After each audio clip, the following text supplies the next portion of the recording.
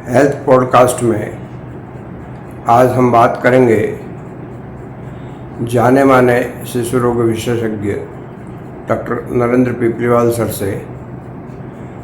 स्वागत है डॉक्टर पीपलीवाल। अच्छा, जब बच्चा बड़ा होता है तो एक माता पिता को कैसे पता लगे कि ये नॉर्मल रूप से शारीरिक विकास कर रहा है, शारीरिक के साथ ही मानसिक विकास भी कर रहा है, इसके कोई मानक या पैरामीटर्स है कि एक आम माता पिता उसको पकड़ सके समय पर?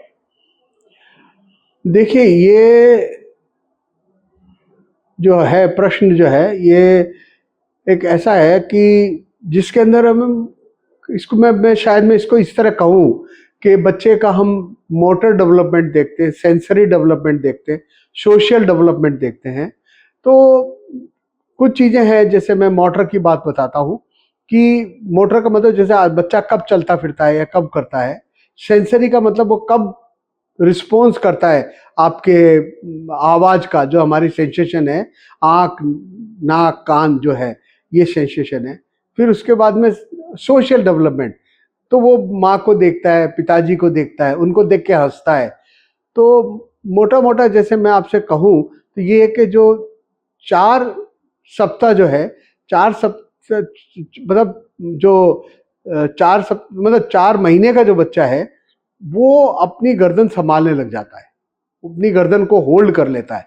तो वो 4 महीने के करीब करीब उसका एक डेवलपमेंट हो जाता है कि जिसके अंदर ये है कि उसका एक ये डेवलपमेंट आ जाता है कि भाई हाँ, बच्चा गर्दन ठेर रही है या नहीं ठेर रही।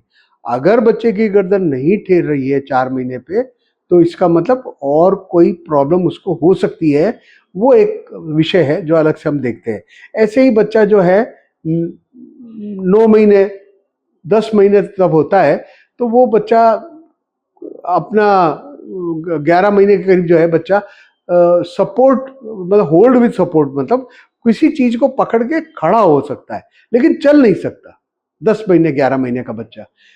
वैसे फिर उसके बाद अगर देखें 12 महीने के बाद में बच्चा फिर स्टेपिंग लेने लग जाता है, चलने लग जाता है बिना सपोर्ट के।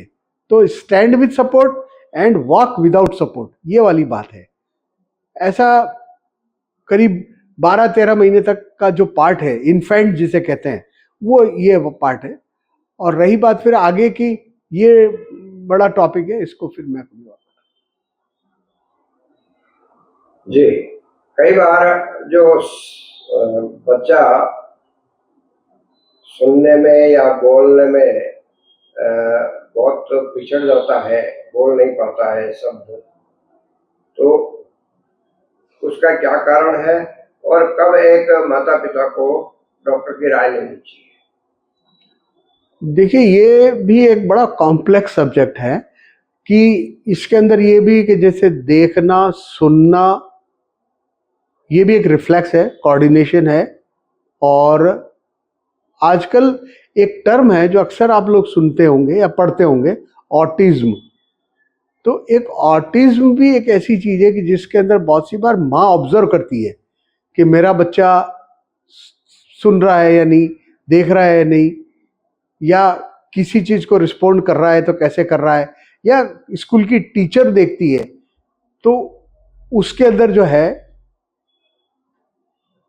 पर्टिकुलरली जब ऑटिज्म एक बड़ा सब्जेक्ट है जिसमें मैं बोल रहा हूँ, इसके लिए एक पूरा सेशन चाहिए। बाकी बहुत सी चीजें हैं कि जैसे आपका मतलब ये रूबेला एक सिंड्रोम होता है, जो रूबेला है।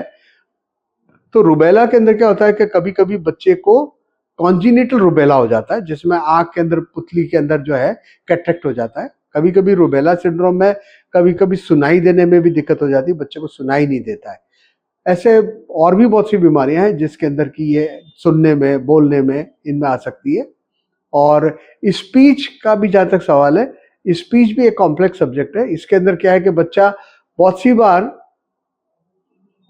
से बच्चे जल्दी बोलने लग जाते हैं, बहुत से बच्चे बहुत टाइम लगाते हैं, ऐसा है। साधारणतः जो बच्चों को उल्टी दस्त होता है,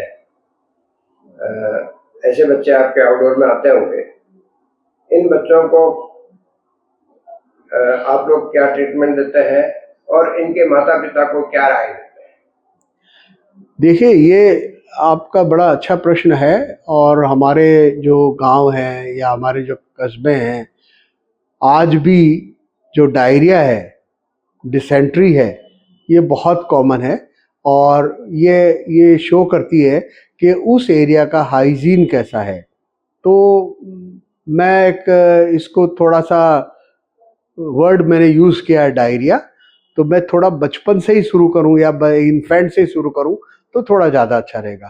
तो अगर इन्फेंट की बात करूं तो यूजली जो 1 महीने 2 महीने का बच्चा होता है, जो माँ का दूध पी रहा है अक्सर, उसमें भी डायरिया देखने में आता है। वो डायरिया जो है यूजली हम उसको कहते हैं लैक्टोज इंटॉलरेंस। अब लैक्टोज इंटॉलरेंस क्या होता है, ये भी बहुत सी बार माँ बाप को नहीं पता होता है।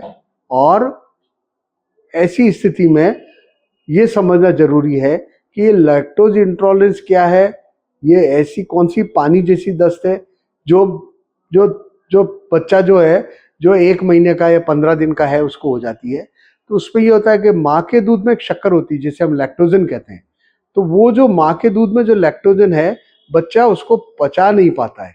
और पचा इसलिए नहीं पाता है क्योंकि बच्चे की आंतों में लैक्टोजन पचाने का जो एंजाइम है वो बना नहीं होता बराबर। अब जो वो एंजाइम नहीं बना हुआ है तो वो लैक्टोजन नहीं पचेगा, और नहीं पचेगा तो वो पानी और गैस की तरह निकलेगा। तो पानी पानी निकलेगा, ऐसा समझे फटे दूध की तरह उसको लेट्रिन आएगी। ये डायरिया जो है ये नॉन इन्फेक्टिव है, मतलब इसमें कोई इन्फेक्शन नहीं है, लेकिन ये एक ऑस्मोटिक डायरिया है या लैक्टोजन से रिलेटेड डायरिया है। और इसका इलाज बहुत सिंपल है। इसमें यही होता है कि बहुत सी बार हम यही करते हैं कि माँ का दूध हम बंद कर देते हैं। इवन ऊपर का दूध, गाय का, भैंस का, बकरी का, ये भी हम बंद कर देते हैं क्योंकि उनमें लैक्टोजन होता है। तो पहले किसी ज़माने में तो यूजली हम मूंगफली को पीस के उसका दूध बना के दिया करते थे, लेकिन आजकल तो ऐसे पाउडर के डब्बे आ गए हैं। उन पाउडर के डब्बे जो 0 कैलोरी या 0 लैक के नाम से ऐसे आते हैं, तो उसको हम बच्चे को देते हैं। और जब तक देते हैं कि जब तक कि वो डायरिया कंट्रोल नहीं हो जाए। इसके बाद में इन्फेक्टिव डायरिया है, जैसे कभी कुछ खाने पीने में आ गया तो बच्चे को डायरिया हो जाता है। डायरिया भी ऐसा होता है कि एक तो वाटरी होता है, और एक जैसे शिग्लोसिस है, उसके अंदर ये है कि एक पेचिस जिसे कहते हैं, मरोड़ा लगता है, फिर लेट्रिन आती है। डायरिया जो है, इसमें ये बात ध्यान रखने की है कि अगर बच्चे को डायरिया होता है तो डायरिया भी अलग अलग डिवाइड करते हैं हम, माइल्ड, मॉडरेट, सीवियर। तो माइल्ड के अंदर तो ये होता है कि जैसे नॉर्मली बच्चा टॉयलेट कर जाता है, लेकिन आपको पता रहता है कि बच्चे को दस्त लग रही है। मॉडरेट में तो ऐसा होता है कि बच्चा थोड़ा सा कुमलाने लग जाता है, या यूँ समझो कि मतलब ये कि वो डेस्परेट हो जाता है। और सीवियर जो है, ये बल्कि मॉडरेट में बच्चा इरिटेबल भी हो जाता है, और सीवियर में तो बच्चा बिल्कुल निढाल हो जाता है, या उसकी आंखें बच्चा ऊपर फेर लेता है। तो ऐसी कंडीशन में तुरंत डॉक्टर को दिखाना चाहिए। और हम अपने घर में हम क्या कर सकते हैं, नमक शक्कर का घोल जो हम बनाते हैं, और आजकल तो बहुत सिंपल है, ORS पाउडर सब जगह मिलता है। कहीं पे भी जाएं आप, एक ORS सेचेट आता है, उसको 200 ml वाला भी आता है, 1 लीटर वाला भी आता है। तो मैं तो बच्चों के लिए कहूँगा, जो छोटे सेचेट आते हैं 200 ml वाले, वो एक गिलास में घोल के आप उसको पिलाएं। जब जितना डायरिया आ रहा है उसको पिलाते जाएं। कम से कम उससे ये रहेगा, वो अगर माइल्ड में है तो मॉडरेट में नहीं जाएगा, और मॉडरेट है तो सीवियर में नहीं जाएगा। अगर सीवियर में आ गया, मॉडरेट टू सीवियर में, तो आपको उसको एडमिट ही कराना पड़ेगा। तो अब आप जैसे नमक शक्कर का घोल हो गया, एक सुपर ORS भी हम बोलते हैं। सुपर ORS में मैं अपने जो देहात में, गाँवों में है, तो मैं उस पर ये बता सकता हूँ कि इवन जैसे राबड़ी है हमारे यहाँ, इवन जैसे चावल का पानी है, दाल का पानी है, ये भी ORS से कम नहीं है। क्योंकि इसके अंदर क्या, साथ में प्रोटीन है, साथ में एक एनर्जी है, वो बच्चे को मिलती है।